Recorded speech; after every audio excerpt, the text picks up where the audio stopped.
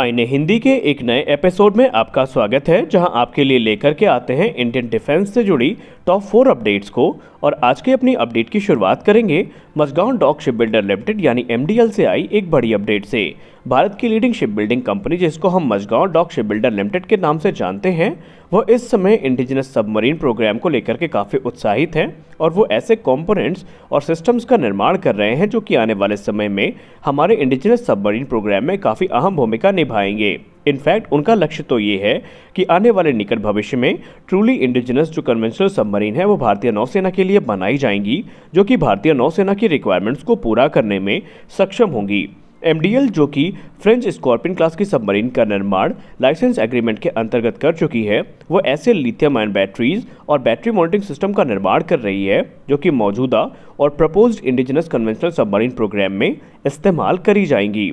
इसके अलावा एमडीएल एक MS-X02A नाम से एक मिड गेज सबमरीन प्रोटोटाइप पर भी काम कर रही है, जिसको लेकर के कंपनी ये क्लेम करती है कि ये सबमरीन प्रोटोटाइप, जो कि मिड गेज सबमरीन का है, ये 2024 तक तैयार हो जाएगा इंटरनल ट्रायल्स के लिए। और इसका इस्तेमाल कई अलग अलग मिशंस में किया जाएगा, जैसे एनिमी पोर्ट तक जो हमारे स्विमर्स हैं उनको पहुंचाना, या फिर माइंस को प्लेस करना, और भी दूसरे जो इम्पोर्टेंट टास्क हैं वो इसकी सहायता से पूरे किए जाएंगे।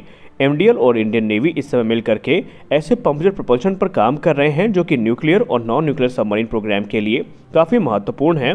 और आने वाले समय में 12 की संख्या में जो नेक्स्ट जनरेशन कन्वेंशनल सबमरीन है, जिनको वारशिप डिज़ाइन ब्यूरो के द्वारा बनाया जाएगा, उनमें इन सिस्टम्स का इस्तेमाल बड़े पैमाने पर किया जाना भी सुनिश्चित किया जा रहा है।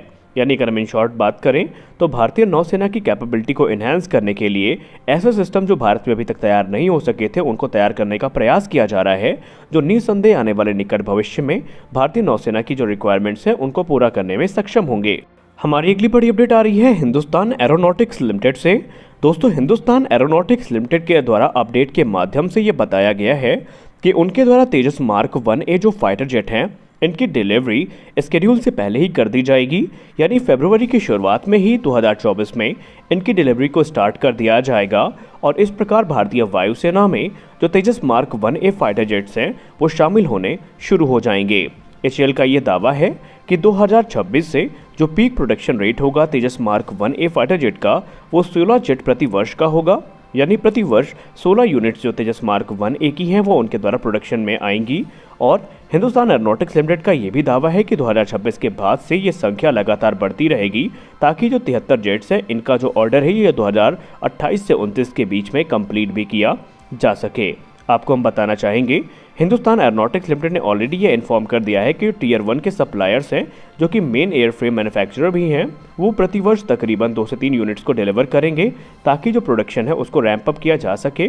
आपको हम ये भी बताना चाहेंगे कि इंडियन एयरफोर्स के द्वारा एक इंटेंशन सामने आया है, जहाँ पर भारतीय वायुसेना 50 की संख्या में जो अतिरिक्त तेजस मार्क 1A जेट्स का ऑर्डर है वो प्लेस कर सकती है। हालांकि ये सिर्फ अभी तक एक प्रपोजल ही है और इस पे इंडियन एयरफोर्स की तरफ से कोई आधिकारिक पुष्टि नहीं हुई है, लेकिन मीडिया सोर्सेज में ये बताया जा रहा है कि MRFA प्रोग्राम के डिले को देखते हुए और भारतीय वायुसेना में जो पुराने जेट्स हैं इनके अर्जेंट रिक्वायरमेंट की नीड को देखते हुए भारतीय वायुसेना तकरीबन 50 की संख्या में जो एडिशनल तेजस मार्क 1A जेट्स हैं इनका ऑर्डर प्लेस कर सकती है, ताकि भारतीय वायुसेना पुराने जो रशियन फाइटर जेट्स हैं इनको रिप्लेस कर सकें।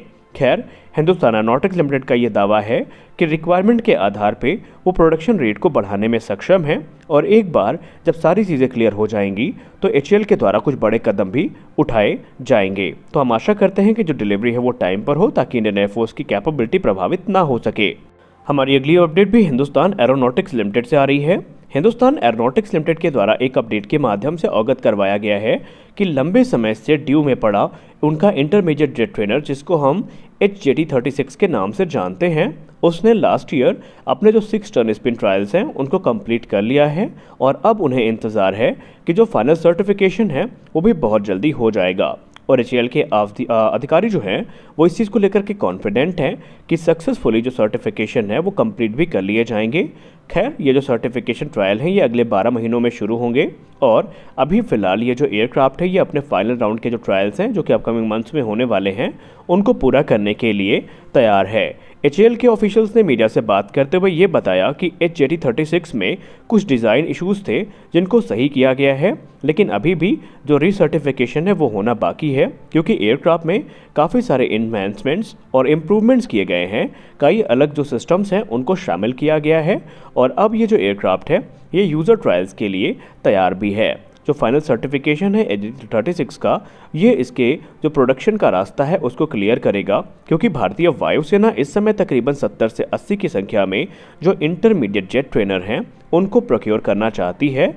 और माना जा रहा है कि अगर सब कुछ सही से हुआ तो अगले 2 से 3 वर्षों में एक जो बड़ा ऑर्डर है इंडियन एयरफोर्स के द्वारा वो दे भी दिया जाएगा। जैसे कि हमने हाल ही के दिन में देखा कि 70 की संख्या में जो हिंदुस्तान टर्बो ट्रेनर 40 है, जिसको हम HTT-40 के नाम से जानते हैं, उसका एक बड़ा ऑर्डर का जो अप्रूवल है वो डिफेंस मिनिस्ट्री के द्वारा मिल चुका है।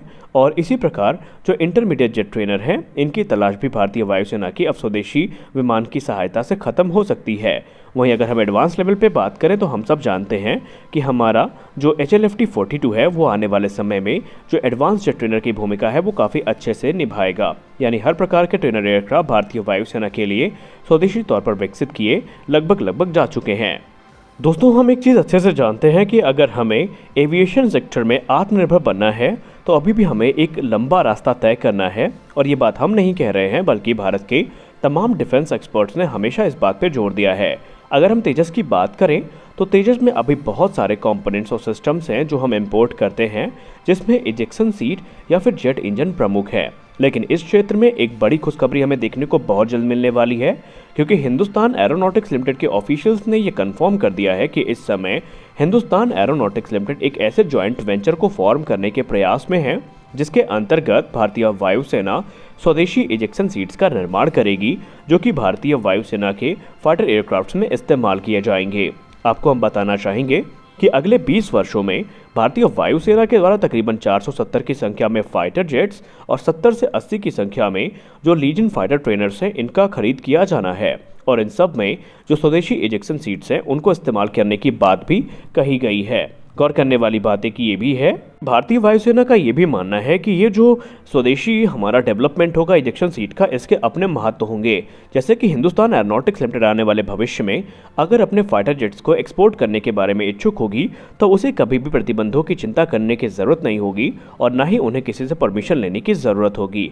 वहीं एरो इंडिया 2023 में बात करते हुए HAL के ऑफिशियल्स ने यह कहा कि जो प्रोग्रेस है वो काफ़ी अच्छी चल रही है और इस समय इंडियन प्राइवेट सेक्टर भी इसको लेकर के काफ़ी उत्साहित है। दरअसल 2 ऐसी कंपनियां हैं जो इसमें आगे बढ़ रही हैं। एक है इंडियन प्राइवेट कंपनी और दूसरी है एक इंटरनेशनल इजेक्शन सीट मैन्युफैक्चरर, जो कि आने वाले समय में कोलैबोरेट कर सकते हैं। और अगर ऐसा हुआ तो भारतीय वायुसेना के फाइटर जेट्स के लिए जो स्वदेशी इजेक्शन सीट है वो बना दी जाएंगी। ये जो इंडिजिनस इजेक्शन सीट होने वाली हैं ये भारतीय वायुसेना के फीमेल और मेल पायलट्स के लिए काफ़ी ज़्यादा अच्छी होंगी और इनमें 48 से लेकर के 108 किलोग्राम तक की जो वजन है या जो पायलट्स हैं वो आराम से बैठ सकेंगे और जो हाइट लिमिट होगी वो 5 फीट से लेकर के 6 फीट के बीच में होगी, जो कि इंडियन पायलट्स के लिए काफ़ी सूटेबल है।